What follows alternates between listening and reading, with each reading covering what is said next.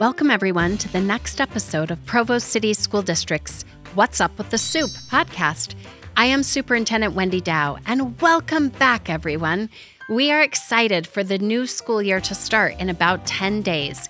This past week, district and school leadership were able to spend a couple of days together discussing topics such as new legislation affecting schools, the new district strategic planning process, and our new theme for the year, which is Cultivating Magic. For the podcast this week, I was able to talk with a few of our principals and district leadership about their excitement for this upcoming school year. But as always, we can't forget about our updates. The new school year is approaching. The first day of school for students is Tuesday, August 13th. Please check your school's website for specific start times. Look for information coming from your individual schools regarding back-to-school events and other important updates. You can also visit the school's website and social media handles for more information. The next school board meeting will be a study session and business meeting on Tuesday, August 13th. Study sessions are held in Boardroom 1 at the district office, and business meetings take place in the Professional Development Center. Both meetings are open to the public, and public comment is welcome at the business meeting. I will continue to send out a weekly video cast from me with information about the work happening throughout the district. This year, these video casts will be sent out every Monday morning. Now, listen in as I visit with some of our school and district administrators.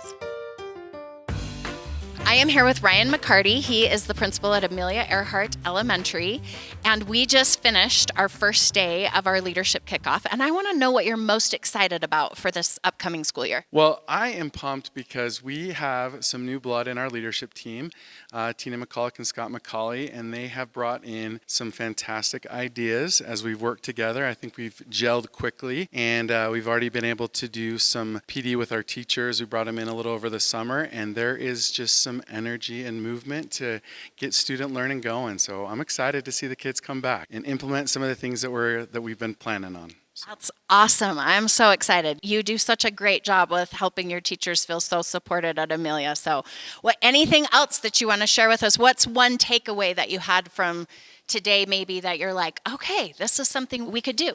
Well, I like the focus on the destiny, making it a destination with a destination location, I believe it was. Yes, yeah. Good. It reminded me of an interview, or we did a little video a couple years ago where we were talking to parents about things about our school. And one thing that really stuck out to me, because I'm really passionate about it, is a parent who talked about how they had a couple kids that had very different needs, and how they were so glad that they could come to Amelia and have such diverse needs met. One had a lot of behavior struggles and needed extra support with that, and she was so happy with what we had in place for that. And another was very high academically and needed to be challenged and enriched, and she was excited about what we had for that, and so she shared that. And it was cool because that's the vision I have. I want it to be a place where a family can come in with a lot of diverse needs and know that we're going to individualize that for their kids. That's awesome. You're going to definitely make us a destination district. Thanks, Ryan. Okay, thanks.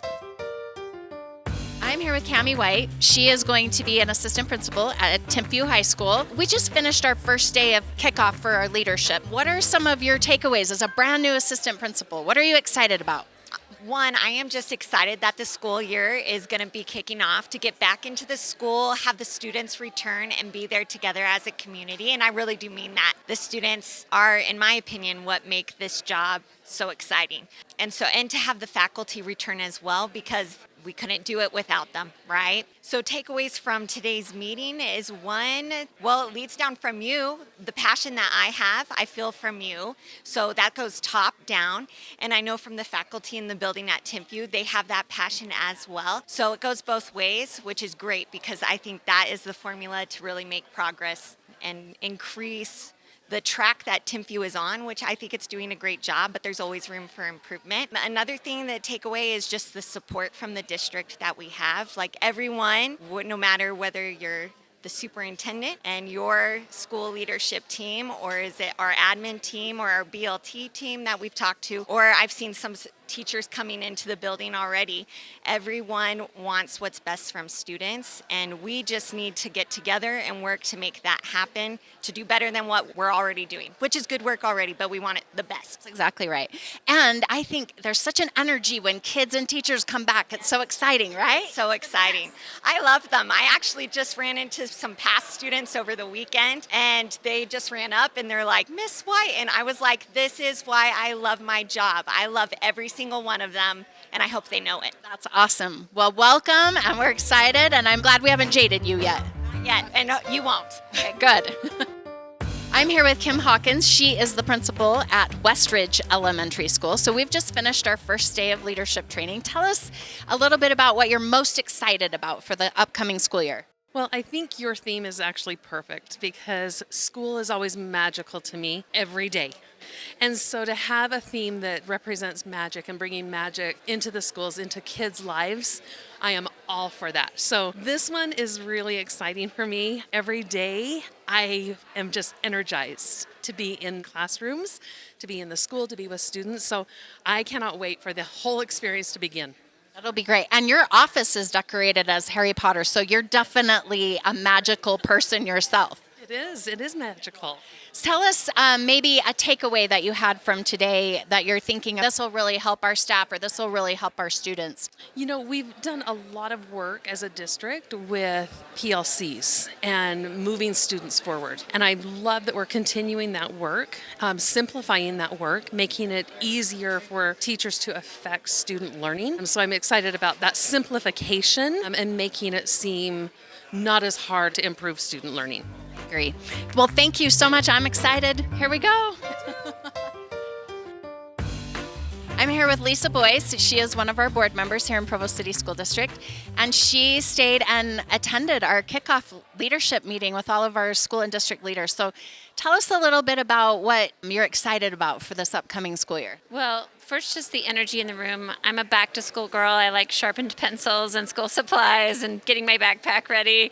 So this felt a little bit like that in the room. But I think I'm most excited about having a clear strategic plan that will drive all of the amazing work that we do, that will be unified in our focus on our students learning, on creating spaces where kids feel safe and everyone has a sense of safety and wellness, and really where we communicate clearly with our community and with each other around what are our resources and how well are we using them and how are we measuring their impact as we inspire these kids. So for me today was really inspiring. There's a lot of energy in the room, so. What would be a takeaway or what would you want to share with them about our leaders here in Provo City School District and our schools? Well, one thing I noticed today as I was just listening and watching people think about, like, how do we really use our time as administrators in a building? How is our time still focused on student growth and achievement? And I guess I would want the community to know people are really sharpening the tools they have and ready to use them. Like talking about professional learning communities, talking about like systems to support our students with their behaviors, all of that. Like our administrators are getting ready and going to pass that information along and use a set of tools that will really, I hope, elevate how our students can perform and how they feel when they come in a classroom, and also for our teachers to know that the people in the room today are focused on how to make sure they're having the supports they need. There's clarity around where to go when they have a question, and there's a unified direction that we're going to move. I loved the idea of being a destination district. I want Provo to be where everyone wants to teach and learn, and I really believe it's happening. Me too. I'm all about it, so thank you. And I'm here with Assistant Superintendent Jared Seitz, who's over our elementary education program. So tell us a little bit about what you think is the feel in the room as we're going into the new school year. There's definitely a lot of excitement right now.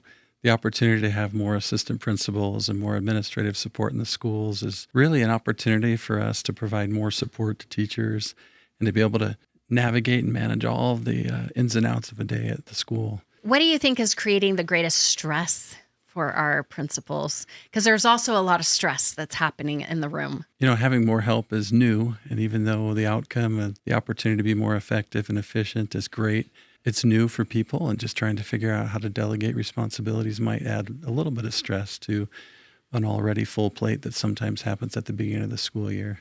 But I think it's good stress as well. I think people are excited at the opportunities and the chance that we really have to make some change and improve the culture and the outcomes in our schools. So we had some time for our principals to kind of talk in teams. And were there any kind of cool conversations that you overheard of things that they're going to do at their school that you just want to kind of give a quick shout out to, or a highlight of something where it's like you can really tell that a lot of thought goes into what our principals are planning for students and teachers? I think every table had a certain level of energy as they're describing some of the things that they're going to do. I think Westridge right now stands out to me. Some of the work that they're going to do with their PBIS program, the efforts to improve collaboration. I think all of us recognize this idea of simplifying this process of collaboration. Westridge, Amelia, others have all shared really promising ideas that they have to move that along a little bit more. That's awesome.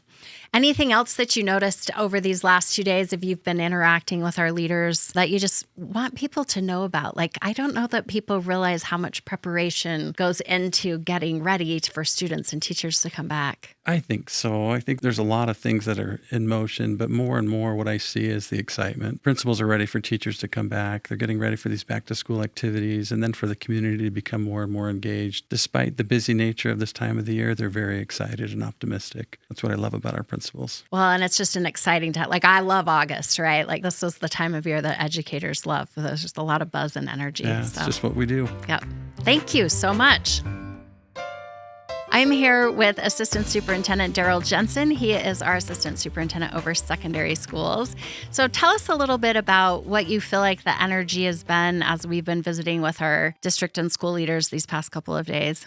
Well, Superintendent Dau, that's a great question. I feel like it's, referring to your theme this year, how's the culture in your kingdom? It's kind of like your first trip to Disneyland. There's a lot of anticipation, not knowing what to expect. Some schools are getting new buildings. We have a lot of employees in new positions. As you noticed the other day when we had new to the position stand, it's 50%. It's a lot. So I think there's a lot of anticipation, a lot of excitement, but also some nervousness of what's to come in the next couple of weeks. Yeah. What were some of the conversations that you overheard as principals were talking in their teams that maybe you'd want to share out, that you were like, okay, these guys are ready to roll? A lot of teams have spent time to review data, to review personnel, and set goals for the upcoming year. I know one thing that kind of stuck out for me is one of the table talks was Provo High's got an 80s theme this year. For everything they're doing, they're going to do an 80s theme. They have like the fanny packs, they have the Tom Cruise glasses. This is amazing. They have all this stuff ready to break out, and their 80s is going to correspond with, like, they want to hit 80% in their testing, 80% in their attendance. That just doesn't happen overnight. There's been a lot of time, preparation, and effort put into that.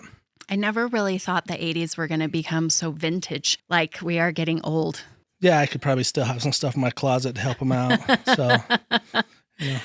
The other day, we were at Shoreline Middle School's open house. Tell us a little bit about the energy that was there as kids and families were walking through. Yeah, I'm going to be honest with you. This is my 29th year in education. I've been to quite a few ribbon cuttings, I could say.